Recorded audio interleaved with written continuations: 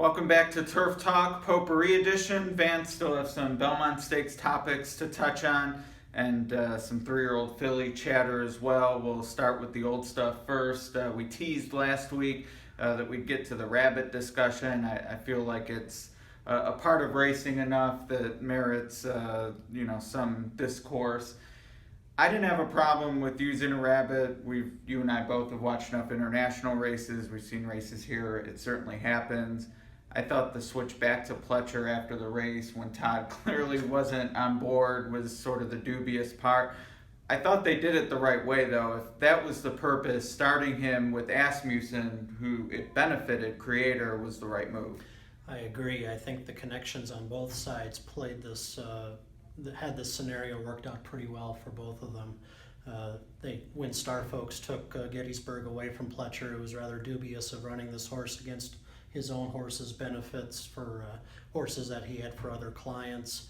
And returning him to Pletcher after the race didn't make a whole lot of sense. And I thought Pletcher did the right thing, not accepting the horse back. And to be frank, Gettysburg, I don't think ran too well in his race before the Belmont Stakes. He probably could use a different circuit possibly to get back into the winner's circle. So going to Steve Asmussen somewhere else might work out to his benefit as well. Yeah, and that's actually a part of it too. He didn't belong.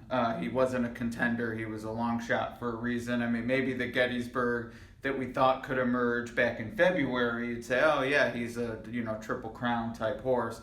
He was in there for one purpose, which he served.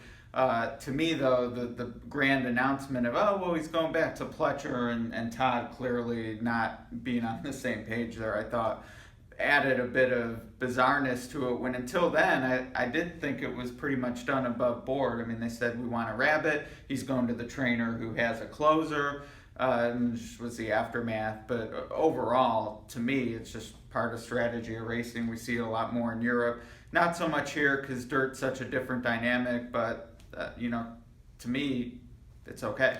Yeah, it's definitely okay, and we probably used to see it a lot more back in the old days. I've seen stories about Damascus having a rabbit, oftentimes when he was running against Dr. Fager and Buckpasser, and which greatly aided his chances of victory against those two horses. So yeah, it's something that we don't see too often anymore. In this country at this time, but and especially it's a little different now because horses run uncoupled. Back in the old days, when you wanted to run a rabbit, you had to have an entry formed, and having entries in major stakes races like the Triple Crown we just don't see anymore. Right. So yeah, and to me, in the conversation for one of the best, he is one of the best horses in the conversation for the best horse of all time, Frankel. Certainly at his rabbit, now a stallion here in America, Bullet Train. Better Talk Now, a favorite on the turf here, had his rabbit and Shake the Bank. So definitely a part of the game, more so in other jurisdictions. But, it worked so well at Belmont, maybe others will start to use it as well. Yeah. And especially if you're WinStar with that kind of arsenal. Absolutely, and like you said, it was done all above board, above ground. Everybody else in the race knew what this horse was in there for and what he was planning, what the strategy was, and so there should be no complaints from anyone about this. What happened in the Belmont. Right. All right. Well, from 3-year-old males to 3-year-old females, Songbird returned after an illness that forced her to miss the Kentucky Oaks, one as advertised in the summertime Oaks. Looks like, barring the unforeseen, she is going to ship east. It sounds like Hollendorfer is talking CCA Oaks more. Porter, I've heard mention the Delaware Oaks. Hollendorfer has shipped there before on several occasions with Blind Luck and others, so that wouldn't be a surprise. Either way, though, males, I'd be shocked if we saw it at all this year, but certainly not in the short-term plans. Yeah, it's not looking like that at all. And actually, by going to the Saratoga route and the coaching club in the Alabama, which I assume would be afterwards, she'll finally get some decent competition, I would think, in the CCA Oaks, going a mile and an eighth. Probably not so much the Delaware Oaks, since it's a Grade 3 event. But she's...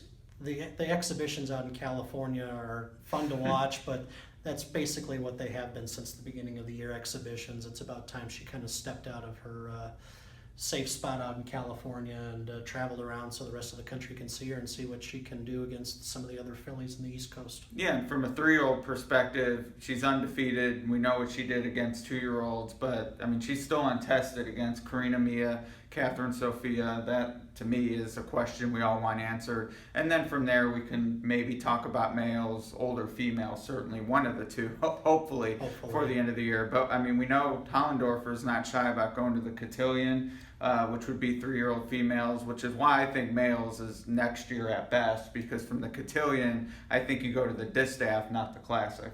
Yeah, and since the cotillion is a 1.16 that also kind of gives the other fillies, I think, in this crop a bit more of a shot. Karina Mia is a good 1.16 type filly. We'll see her going 1.125 perhaps, but I think 1.16 would hit her straight between the eyes, and the same for Catherine Sophia, who pretty much looks like a one-turn horse right now. Despite, I mean, she did win the Kentucky Oaks, but 7 furlongs a mile is really within her wheelhouse. So 1.16 is really going to help those two, I think, have a better shot of possibly taking down Songbird in an upset. Yep. Well, to me, the one maybe negative of why not try males at your peak is something that you're writing about. We'll put the link in the description. But Untapable, who looked invincible at 3, other than against males in the Haskell, as you point out, never really replicated that form at 4 or 5. Certainly a risk. We saw it with Rachel Alexandra. We saw it with others through the years. 4 to 5, 5 to 6, just totally different from 3 to 4. It just seems that jump is not an easy one for fillies to make, and would certainly be a risk with Songbird. Yeah, that's very true. I write about Untapable, how I think possibly the connections didn't pull the plug on her racing career quite early enough, considering she hadn't won after the Apple Blossom last year. She finished her career this past Saturday in the Fleur-de-Lis running 4th, beaten over 9 lengths over a track she had previously been undefeated over. There's a point in the racing career of horses where maybe they just hang around a bit too long. That's the argument I kind of make with Untapable. She didn't replicate her 3-year-old form as a 4-year-old last year. It was unfortunate, but I think that the end of last year was probably the time to say our goodbyes and thank her for giving us some great memories. Yeah, well, and I thought, last year you brought up some of the horses beating her, legit Grade 1 horses we're still hearing from now. Horses she was losing to this year, I mean, they're not Grade 1 horses other than in name only when they were Grade 1 races, but just she's not at that league anymore. No, she's a champion, and yeah, time to move on, and we wish her luck. Yeah, it's kind of hard to see established champions lose their form and keep on running well past their peak, especially in the case of Untapable, when a second career as a broodmare is right around the corner. It was time, obviously, probably late last year, where it was time for her to go to that second career. Right, and she is by Tappet, so that adds even more. Absolutely. I mean, she didn't, the black type is there, but you put that sire power with all he's done this year, and yeah, I mean, they should do all right. I imagine they will wait till next year, though. They're out of time for this year. They're out of time this year, so we'll see. The Untapable maybe in about 3 years or so. All right, well, that sounds good. That'll do it for us for Turf Talk, and you and I will both be out of town later this week. Enjoy the amusement rides. I'll be in Titletown for the Ohio Derby, so we'll wrap all that up. You are back next week, though? I will be back next week. All right, we'll talk to you then on Turf Talk.